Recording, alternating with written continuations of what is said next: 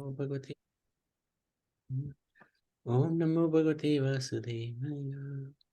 So, Hare Krishna, dear devotees, wanted to seek the blessings of Radha Madhav, Radha Shyam Sundar, Radha Damodara, Krishna Balaram, Bal Gopal, Gaurita, Srila Prabhupada, Guru Maharaj, and the assembled devotees, continuing with Damodara Lila. And today we wanted to talk about the parents of God. God has mother and father. And this is obviously a little bit of a surprise. How can the creator of everything, who's the origin of everything, have a mother and father?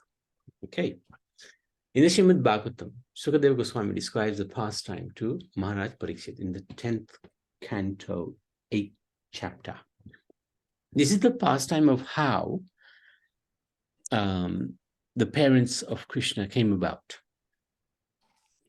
Drona and Dhara said, so they are two devatas, two demigods.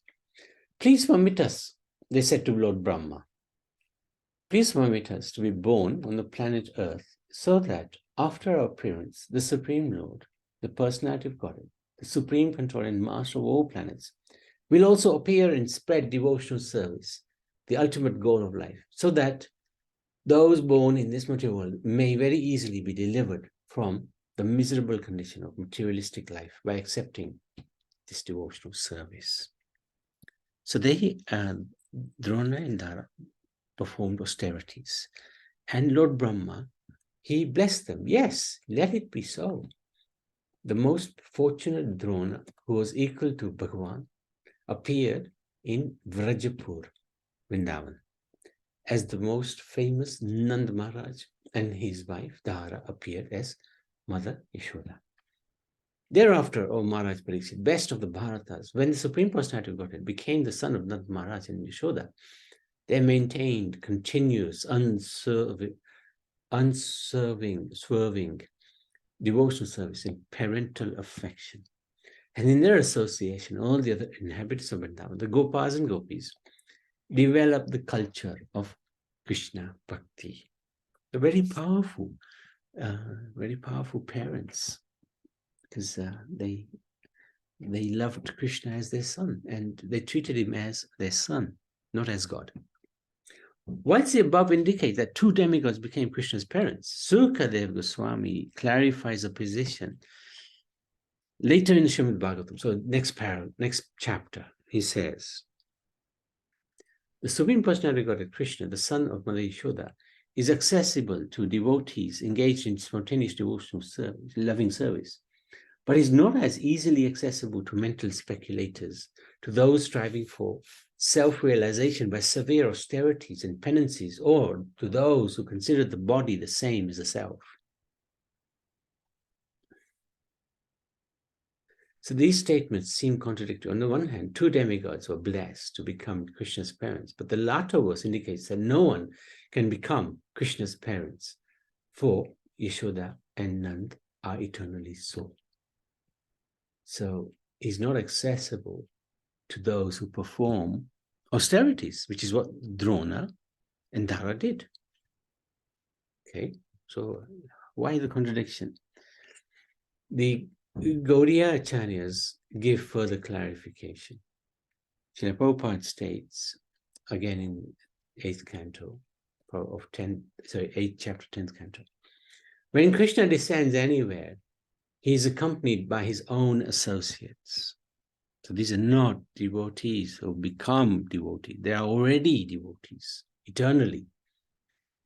These associates are not ordinary living beings. Krishna's pastimes are eternal. When he descends, he comes with his associates. Therefore, Nanda and Mother Yashoda are the eternal father and mother of Krishna. This means that whenever Krishna descends, Nanda and Yashoda, as well as Vasudeva and Devaki, also descend as the Lord's father and mother. Their personalities are expansions of Krishna's personal body. They're not ordinary living beings. So they are non-different from Krishna. They're expansions from his personal body. So you can't become Yashoda and Nand. They are eternally Yashoda and Nand, father and mother of Krishna. And further in the purport, next to the next verse, before Krishna's appearance, Drona and Dhara appear in order to become his mother and father. It is they who appear as Nanda and his wife, Nanda Maharaj and his wife, Yashoda. In other words, it is not possible for sadhana siddhi living being to become the father or mother of Krishna, for Krishna's father and mother are already designated. So this is a little bit more clearer. It's not possible to do tapasya, to do this sadhana siddha and get this position of Krishna's father and mother. They're eternally father and mother.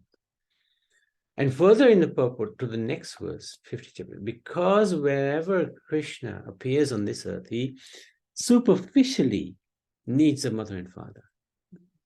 Drona and Dara, his eternal mother and father, appear on earth before Krishna as Nanda and Yashoda.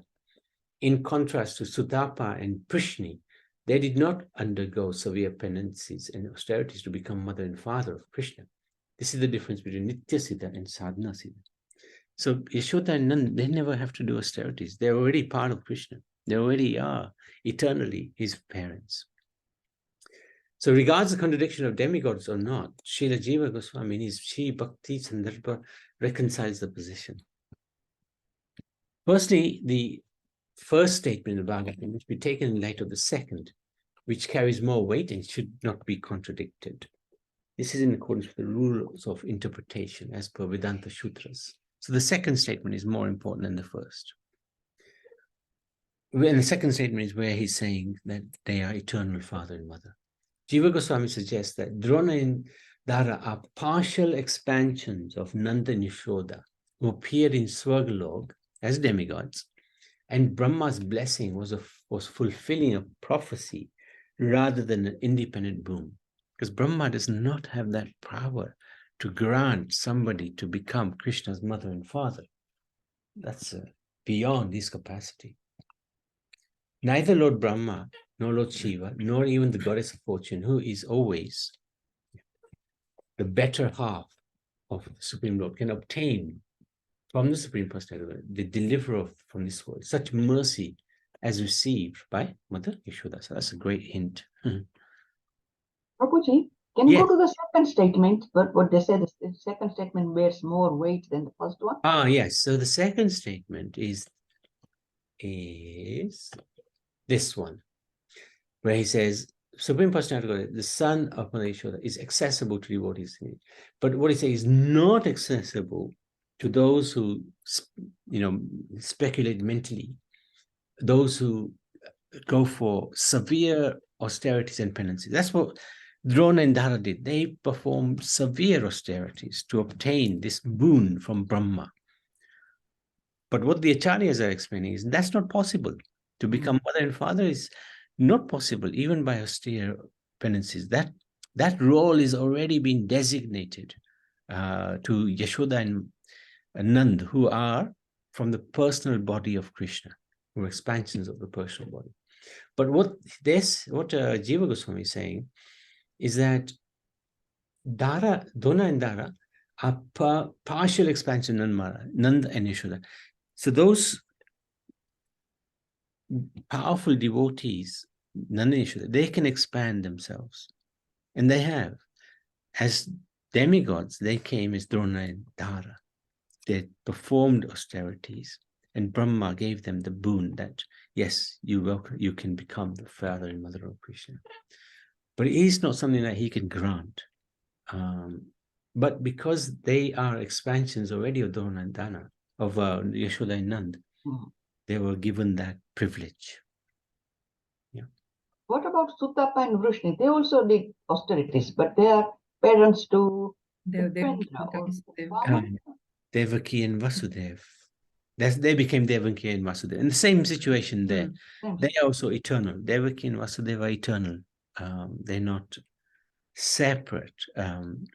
They are also from the personal body of Krishna. You can't become Devaki and Vasudev. So Devaki and Vasudev become Sutapa and Vrishni. Yes. No, Sutapa and Vrishni the other way. That's right. Yeah. That's right. Yeah. So they were also partial expansions, isn't it? Of yes. Vasudev and Devaki. Yes. That's correct. Yeah, fine. Nice. Thank you, Prabhuji. Thank you. No, thank you so much. Therefore, the following conclusions can be drawn. Nanda and Yashoda are eternal parents of Krishna, Nanda and Yashoda's partial expansion appears demigods Drona and Dara. Drona was one of the eight Vasus, a great devotee of Vishnu, who rules a kingdom in heaven, but was childless. They went to Mount Mandara and received the blessing from Brahma that the Lord will appear as their son. When Krishna's time came to manifest his Prakata Lila, his pastimes on earth, Drona and Dara appeared in Gokul. At the same time, the original Nanda and Yashoda manifested their pastime prior to Krishna's descent. Drona and Dara entered the bodies of Nanda and Yashoda. So that's how they then continued their Leela and pastimes.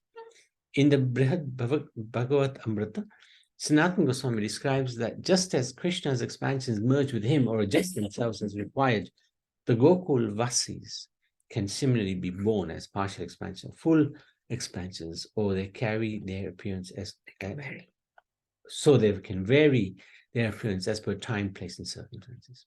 So very powerful, these personalities.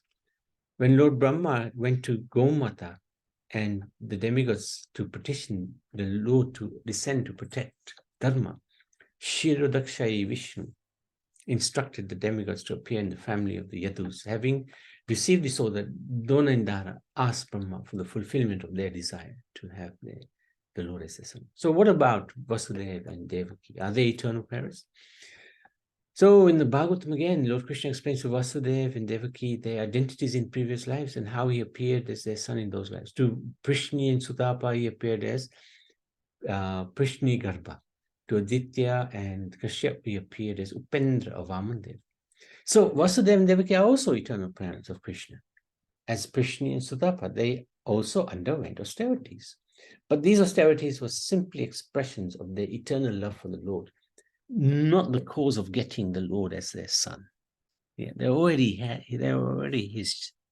The Lord is already their child.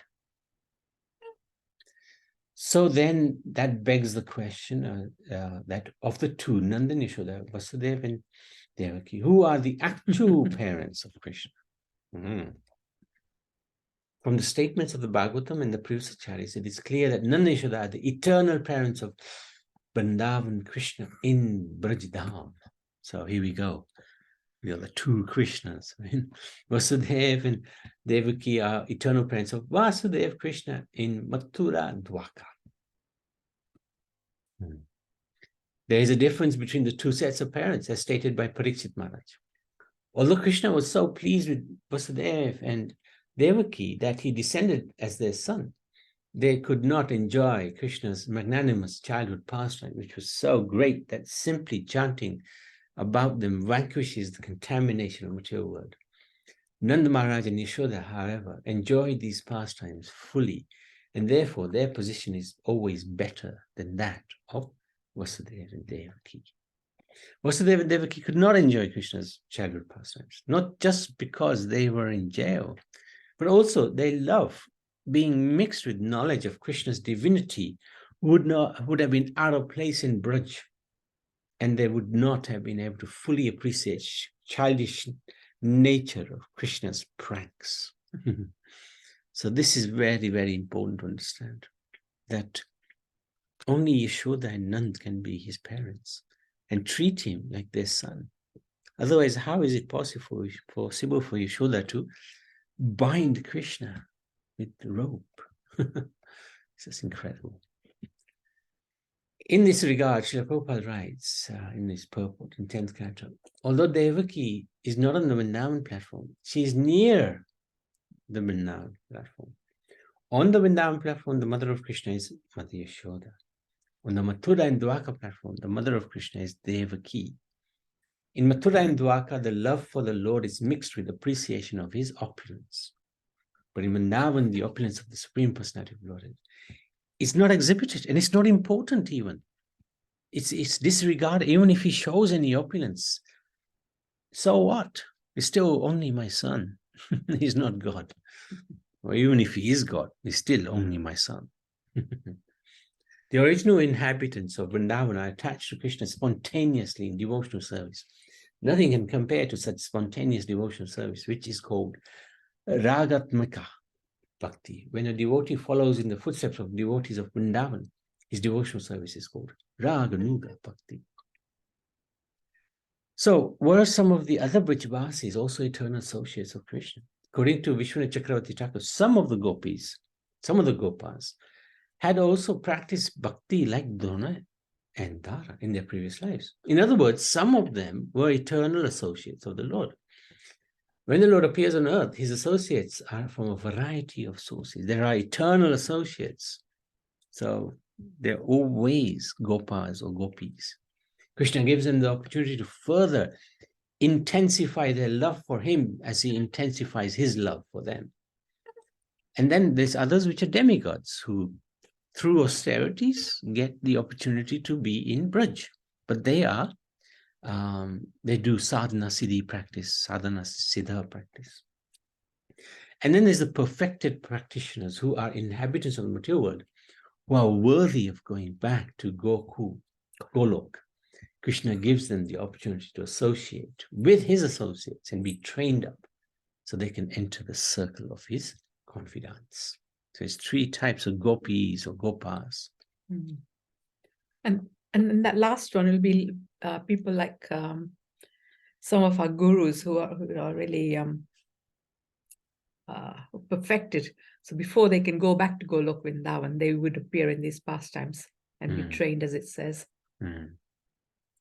So next week we'll start setting the scene for Damodara Lila. That's where we wanted to stop today, at least to understand the position of these glorious parents. And then we'll go through slowly, ignore this date and all that. That was from last year, I think, or the year before. Maybe a year before, yeah. So we'll go through all the different pastimes in a little bit of detail. So, any questions, any comments? Okay. Lord Damodar ki jai. Nirmala Yashoda ki jai.